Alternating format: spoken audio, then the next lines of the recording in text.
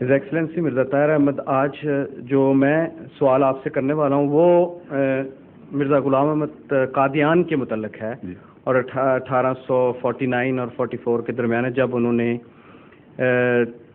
نبوت کی اور لوگوں کو بہت ناگوار گزری، اور وہاں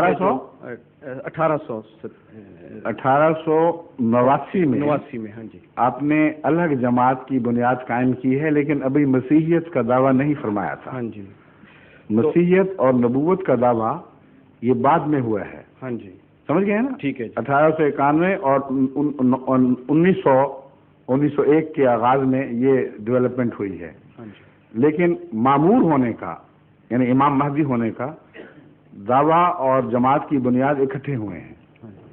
تو میرا سوال موسٹلی نبوت پر ہے جو انہوں نے کی، اور اس کے بعد میں سوال جو دوسرا کروں گا وہ جیزس کرائسٹ کی نبوت کے بارے میں ہے جو انہوں نے بائبل مقدس میں کی، حضرت عیسیٰ علیہ السلام نے. اور پھر تیسری جو بات ہے وہ ہے ڈاکٹر کے ایل ناصر جو گجرانوالہ میں انہوں نے ایک کتاب لکھی ہے 1960 میں، حقیقت مرزا، اور اس پر انہوں نے ایک سوال اٹھایا ہے کہ انہوں نے حضرت مرزا غلام احمد قادیان نے کہا تھا کہ میری شادی جو ہے وہ ہوگی محمدی بیگم. ہاں جی، اور وہ نہیں ہوئی.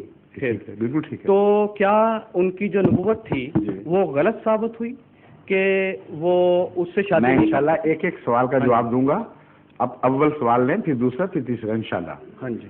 اور کے ایل ایم ناصر کا حوالہ دیا، اس سے تو بہت پہلے حضرت مسیح السلام کے زمانے ہی میں مسلمان علماء نے اس ایشو کو بہت اٹھایا ہوا تھا.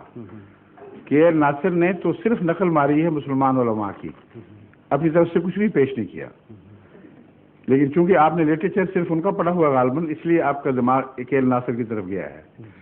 کہ ناصر نے جتنے اعتراض حضرت مسیح موعود علیہ السلام پر اکٹھے کیے ہیں وہ مرہون منت ہیں ان علماء کی کوششوں کے، جنہوں نے حضرت مسیح موعود علیہ السلام کے دعوے کے آغاز سے ہی آپ کی کردار کشی کی مہم شروع کی، اور دلائل کی بحث میں مبتلا ہونے کی بجائے شروع میں ہوئے ہیں، پھر بہت جلد اس کو ترک کر کے کردار کشی کی مہم کو اپنا لیا گیا.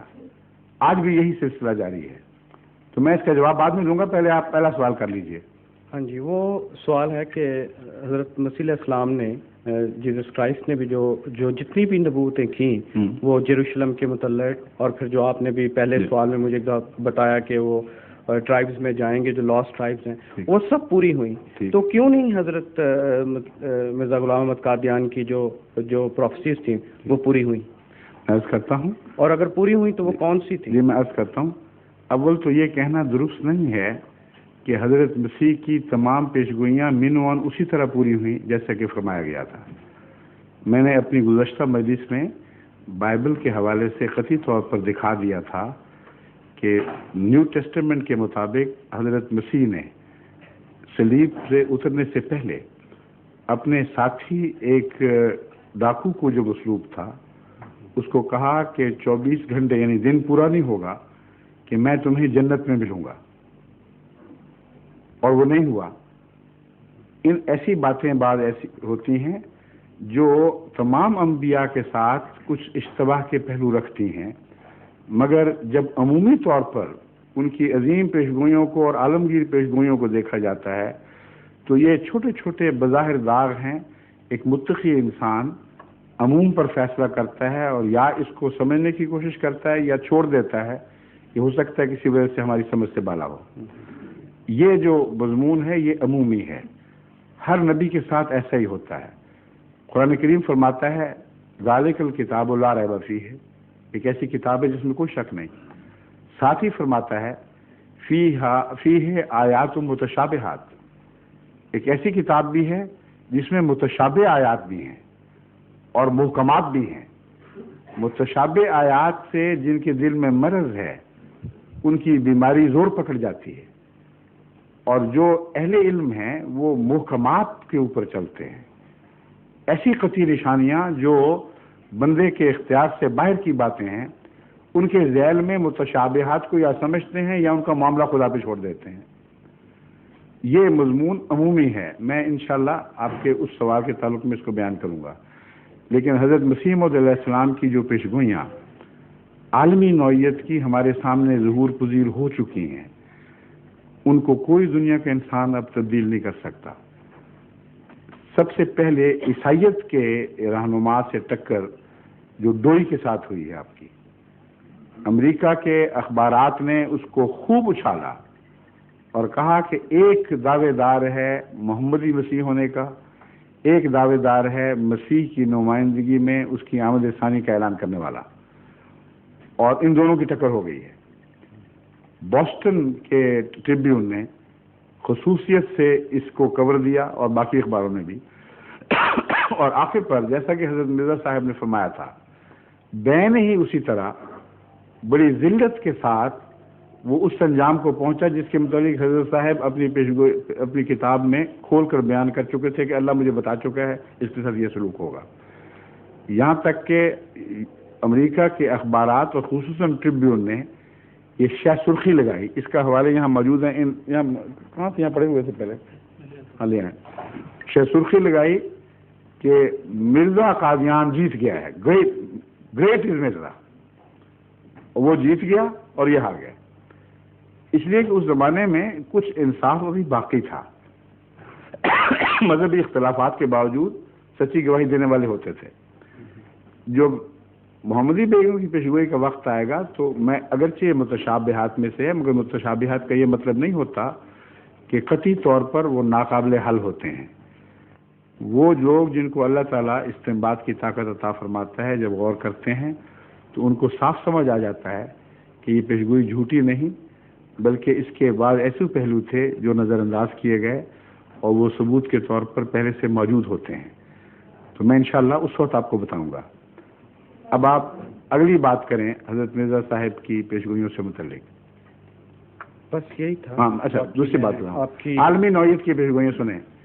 اب غور کریں ایک انسان کی حیثیت سے کیسے ممکن ہے کہ ابھی ہوائی جہاز ایجاد بھی نہ ہوئے ہوں، آسمان سے آگ برسنے کا کوئی امکان نہ ہو، اور عالمی جنگ کا کوئی تصور اس وقت موجود نہ ہو۔ یہ ہے وہ اخبار ٹریبیون، اس کی کاپی آپ کو دے دیں گے۔ اس کا نام ہے great is Mirza Ghulam Ahmad the مسایا، foretold pathetic end of Doi, and now he predicts plague, flood and earthquake. اب جو پلیگ کی بات میں کروں گا، یہ پلیگ ظاہر ہونے سے پہلے یہ اعلان ہو چکا ہے امریکہ میں کہ مرزا غلام احمد اور قادیان نے اپنی تائید میں پلیگ پھیلنے کا ذکر کر دیا ہے، اور اب دیکھتے ہیں یہ پیشگوئی پوری ہوتی ہے کہ نہیں۔ غیر معمولی ارتھ کویکس کا ذکر کیا ہے، غیر معمولی فلڈز کا ذکر کیا ہے۔ یہ تمام باتیں بین ہی اسی طرح اس شان سے پوری ہوئیں کہ عالمی اخباروں نے اس کو کور دیا۔ ایسے ارتھ کویکس آئے کہ ہمارے پاس حوالے موجود ہیں کہ ماہرین نے کہا کہ معلوم انسانی تاریخ میں اس طرح پے در پے اتنے بڑی نوعیت کے ارتھ کویکس نہیں آئے۔ یہ غیر معمولی بات ہے۔ تو یہ پیشگوئی ہیں جو عالمی نوعیت کی ہیں۔ وہ پیشگوئی ایک چھوٹی گلی کی موڑ کی پیشگوئی ہے جہاں سائے بھی پڑ جاتے ہیں، مگر اس کی وضاحت بھی میں کر دوں گا۔ اب آگے سنیے پلیگ کی پیشگوئی جس کا اس میں ذکر موجود ہے۔ آپ نے یہ پیشگوئی کی کہ خدا تعالیٰ نے مجھے خبر دی ہے کہ فرشتے کالے رنگ کے پودے لگا رہے ہیں جس کی تشریح مجھے بتائی گئی کہ طاعون پھیلنے والا ہے، اور یہ طاعون وہی طاعون ہے جس کا ذکر قرآن کریم میں ایک ایسے کیڑے کے طور پر کہا گیا ہے کہ وہ لوگوں سے کلام کرے گا، کہ خدا کے بھیجے ہوئے کو انکار کر دیا گیا ہے، یعنی یہ سزا کے طور پر آئے گا۔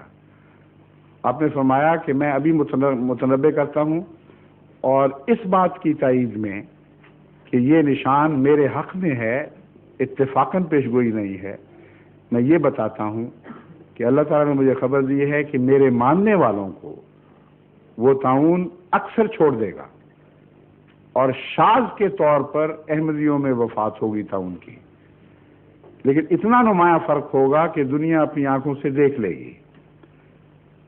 آپ نے فرمایا میرے دار میں، اگرچہ قادیان میں طاعون پہنچے گا، مگر الدار جس کی چار دیواری ہے میرے گھر کی، اس کے اندر ایک چوہا بھی طاعون سے نہیں مرے گا۔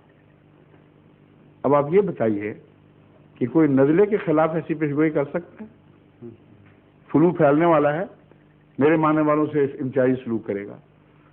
حضرت مسیح موعود علیہ السلام نے یہ پیشگوئی کی، اخباروں میں شہرت ہوئی، تمام مخالف اخباروں نے کہا کہ دیکھو جی ایک اور بڑھ ماری گئی ہے، اور اگر یہ بات سچی نہ ثابت ہوتی تو وہ پلیگ جو آیا ہے پھر پنجاب میں، اس نے جھاڑو دے دیے ہیں بعض علاقوں میں، اس پلیگ کو چاہیے تھا کہ احمدیت کو بھی صاف کر دیتی، کیونکہ اتفاقی حادثے کے مطابق احمدیوں کو بھی اسی طرح مرنا چاہیے تھا جس طرح غیر احمدی مرتے یا مکذبین مرتے، بلکہ چونکہ ان کے نزدیک مفتری تھا، اس لیے اللہ تعالیٰ کو چاہیے تھا کہ اس تعاون کو خاص طور پر احمدیت کی صفائی کے لیے استعمال کرتا۔ لیکن آپ کو پاکستان جانے کا موقع ملے تو آپ جا کے دیکھیں، گجرات، جہلم وغیرہ بہت ساری کثرت سے ایسی جماعتیں، سیالکوٹ وغیرہ، جن کے آباء و اجداد تعاون کا نشان دیکھ کر احمدی ہوئے ہیں۔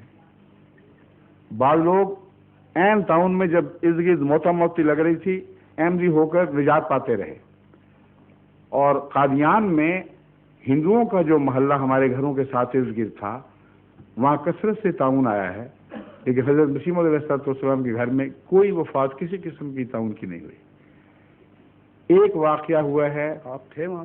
میں تو پیدا ہی نہیں ہوا تھا۔ جی، تو آپ اس وقت، میں وہ تاریخ کے حوالہ دے رہا ہوں آپ نے جو محفوظ ہے، لیکن اس کا ثبوت یہ ہے کہ اگر یہ نہ ہوا ہوتا تو لوگوں نے مرتد ہو جانا تھا۔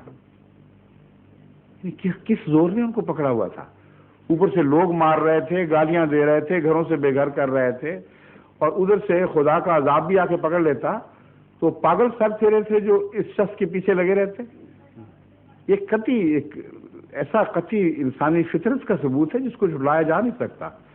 میں آپ کو جو ریکارڈ ہیں ان میں مثلا مثال کے طور پر آتا ہے مولوی محمد علی صاحب، ان کو بخار ہوا اور گٹھلی بھی نکلی، اور یہ سمجھا گیا کہ آپ کو تعاون ہو گیا ہے، اور انہوں نے بلانا شروع کیا کہ حضرت صاحب کو ان کو بلاؤ، وہ آ کے دعا کریں، میں تو مرید ہوں، ماننے والا ہوں، اور تعاون سے مرا جاتا ہوں، اور جسم پھک رہا تھا۔ حضرت مسیح موعود علیہ السلام، اول تو یہ دیکھیں یقین کامل، تعاون بتایا جاتا ہے، جھوٹا آدمی اس کے قریب پھٹکے گا، وہ تو بھاگے گا وہاں سے بہانے لگا کے کہ او ہو یہ تو میں ہی نہ مارا جاؤں، اگر مجھے تعاون ہو گیا تو احمدیت ہی تعاون سے مر جائے گی۔ گئے ہیں، کہا مولوی صاحب کیا بات ہے، ان کے سر پر ہاتھ پھیرا اور کہا کہ مجھے تو کوئی بخار دکھائی نہیں دیتا۔ اطباء جو ساتھ تھے انہوں نے فوراً جا کے چیک کیا، سارا بخار اترا ہوا تھا، گٹھلی بیٹھنی شروع ہوئی، اور مولوی محمد علی صاحب بہت بعد میں پارٹیشن کے بعد وہ فوت ہوئے ہیں۔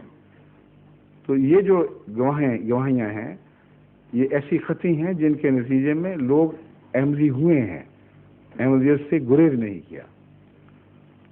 اب آپ کو پتہ ہے کہ ہوائی جہاز کی ایجاد 1905 میں ہوئی ہے، ولیم برادرز نے امریکہ میں، اور اس سے پہلے حضرت مسیح موعود علیہ السلام کی کچھ پیشگوئیاں ہیں جو عالمی جنگ کی بات بتا رہے ہیں۔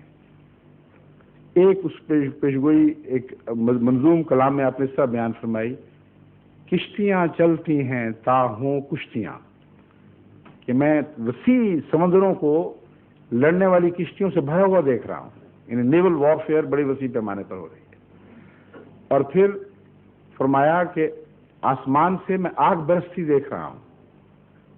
پھر فرمایا کہ زار بھی ہوگا تو ہوگا اس گھڑی با حال زار، یعنی اگر زار اس وقت تک قائم رہا تو وہ بحالت زار پایا جائے گا۔ اب یہ 5 سے لگ بھگ اس سے کچھ پہلے کی کچھ اس وقت کی پیشگوئیاں ہیں۔ زار اس وقت انگلستان کی حکومت کی سلطنت کے مقابل پر ایک ایسی سلطنت کا بادشاہ تھا جو برابر کی ٹکر تھی، اور سلطنت روس بڑی عظمت رکھتی تھی۔ ہندوستان بھی زار کی عظمت سے قائل تھا، اس کا استقبال ہوتا تھا، اس کے متعلق بڑی بڑی خبریں شائع ہوتی تھیں۔ اشتراکیت کا کوئی ایسا اثر روس میں ظاہر نہیں ہوا تھا 1905 تک جو یہ بتا سکتا کہ زار کی حالت زار ہو سکتی ہے۔ اب ایک آدمی بیٹھا ہوا ایک چھوٹے سے قصبے میں، وہ رزار کی حکومت کی بات کر رہا ہے اور کہتا ہے اس کی حالت زار دکھائی گئی ہے، بھی ہوگا بتاتا ہے کہ شیک کر چکا ہوگا، اگر زندہ رہا تو اپنی حالت زار کو دیکھے گا۔ اب یہ سارے انقلاب عالمی جنگ کی صورت میں پیدا ہوئے. کشتیوں کی نیول وارفیئر 1914 کی جنگ کا سب سے نمایاں نشان ہے. اسی دور میں پھر آسمان سے بھی آگ برسائی گئی. اسی جنگ کے اختتام میں دراصل اس کے نتیجے ہی میں زار کی حکومت شیک کر گئی، اور زار جس انجام کو پہنچا اس کے متعلق عالمی اخبارات نے یہی سرخیاں لگائیں، اور اردو اخبارات نے تو بینے یہی الفاظ، زار کی حالت زار. کیونکہ جس دردناک حالت میں وہ مارا گیا ہے وہ کسی انسان کے تصور میں بھی نہیں آ سکتی تھی. اب یہ کون اس سے کلام کر رہا تھا اس شخص سے؟ پھر کوریا کا تو ہم نام بھی نہیں جانتے تھے. اب کوریا مشہور ہوا ہے. جب ہم نے بچپن میں پارٹیشن سے پہلے جو تاریخ پڑھی یا جغرافیہ دیکھا، کوریا صرف ایک نشان کے طور پر نظر آتا تھا، کسی ذہن پہ کوئی نقش نہیں ہوا کبھی. حضرت مسیح موعود علیہ السلام کو الہام ہوا ایک مشرقی طاقت اور کوریا کی نازک حالت. اب قادیان کے قصبے میں کوریا سے کیا تعلق تھا؟ اور مشرقی طاقت یعنی مغرب سے خطرہ نہیں تھا، مشرقی طاقت سے تھا. 1927 میں جاپان نے جب کوریا پہ قبضہ کر کے اس پر مظالم کی انتہا کی ہے تو سارے اخبار دنیا میں شورشیا سرخیاں لگ گئیں کہ جیسے مظالم توڑے ہیں جاپان نے کوریا پر، اس کی مثال ہمیں تاریخ میں دکھائی نہیں دیتی. چند سالوں میں کشتوں کے پشتے لگا دیے کوریوں کی لاشوں سے. تو مشرقی طاقت تھی. اب ایک سوچنے والا پیشگوئیاں سوچتا ہے تو حالات کے تقاضوں کو پیش نظر رکھتا ہے، اس وقت کے علم کی بنیاد پر بات کرتا ہے. بے تعلق دور کی باتیں ہیں. پھر آپ نے فرمایا کہ زار کی حالت زار ہوگی تو پھر کیا ہوگا. اس کے بعد فرماتے ہیں کہ مجھے اللہ تعالیٰ نے خبر دی ہے کہ روس میں اپنے متبعین کو ریت کے ذروں کی طرح پھیلا ہوا دیکھتا ہوں. اب چند سال پہلے تک اس پیشگوئی کے پورا ہونے کے کوئی آثار دکھائی نہیں دے رہے تھے، کیونکہ روس تو ایک ایسی خدا کی دشمن طاقت تھی کہ کوئی مذہب بھی وہاں پر نہیں سکتا تھا. پھر وہ واقعات ہوئے جو آپ کے سامنے ہیں، انقلاب برپا ہوئے، وہاں جماعت احمدیہ کو نفوذ ہوا، اور اللہ تعالیٰ کے فضل سے اکثر مسلم ریاستوں میں خصوصیت سے اور روس میں بھی جماعت احمدیہ کی طرف رجحان شروع ہو چکا ہے بڑی تیزی کے ساتھ. یہاں تک آپ اندازہ کریں کہ قازان جو روس کی سب سے بڑی رشیا کی سوویت یونین کی رشیا کے بعد سب سے بڑی اسٹیٹ ہے قازقستان. قازان نہیں، قازقستان. اس کا رقبہ ہندوستان کے برابر ہے. اس اسٹیٹ میں احمدیت کی طرف رجحان اس طرح شروع ہوا کہ ان کا ایک ٹیلی ویژن کا نمائندہ آیا اور اس کا تعارف مجھ سے ہوا. پھر باقاعدہ مجھ سے اجازت لے کے وہاں سے ایک ٹیم آئی ہے اور انہوں نے میری ریکارڈنگ کی. اور ابھی رالان صاحب اور ان کے ایک ساتھی جو مشیر ہیں پریزیڈنٹ کے، وہ ایم ڈی ہو چکے ہیں. ان کے ایک ساتھی جو وہاں کے سب سے بڑے مغنی ہیں، جو کلاسیکل میوزک کے چوٹی کے استاد سمجھے جاتے ہیں، وہ بھی ایم ڈی ہوئے. لیکن انٹیلیجنشیا میں کثرت سے وہاں ایم ڈی ہونے شروع ہوئے ہیں. انہوں نے مجھے بتایا کہ وہ جو آپ کی فلم تھی، ٹیلی ویژن نے اتاری تھی، وہ قازقستان میں 6 دفعہ دکھائی جا چکی ہے، قازقستان کی ٹیلی ویژن پر، اور ابھی تک مطالبے پورے نہیں ہو رہے.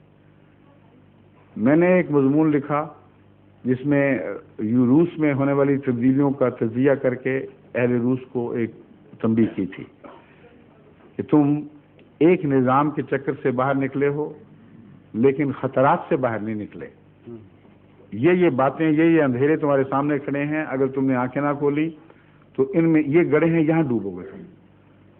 وہ مضمون روس کے سب سے کثیر الاشاعت اخبار میں پورا منو ان پورا شائع کیا گیا، اور اس پر اس کے مطالبے شروع ہوئے کہ اس شخص کے خیالات معلوم ہونے چاہیے. اور ماسکو کے ٹیلی ویژن کے نمائندے یہاں پہنچے، انہوں نے میرا انٹرویو کیا اور ماسکو ٹیلی ویژن سے وہ مشتہر ہوا. اس کی مقبولیت کی وجہ سے پھر وہ دوبارہ آئے اور پھر انٹرویو کیا اور اس کو بار بار دکھایا گیا. تو وہ باتیں جو حضرت مسیح موعود علیہ الصلوۃ والسلام نے اس زمانے میں لکھی تھیں جب زار روس اپنی عظمت کے آخری مقام تک پہنچا ہوا تھا، اور بعد میں جو انقلاب آیا اس نے مذہب کا ہی صفایا کر دیا تھا.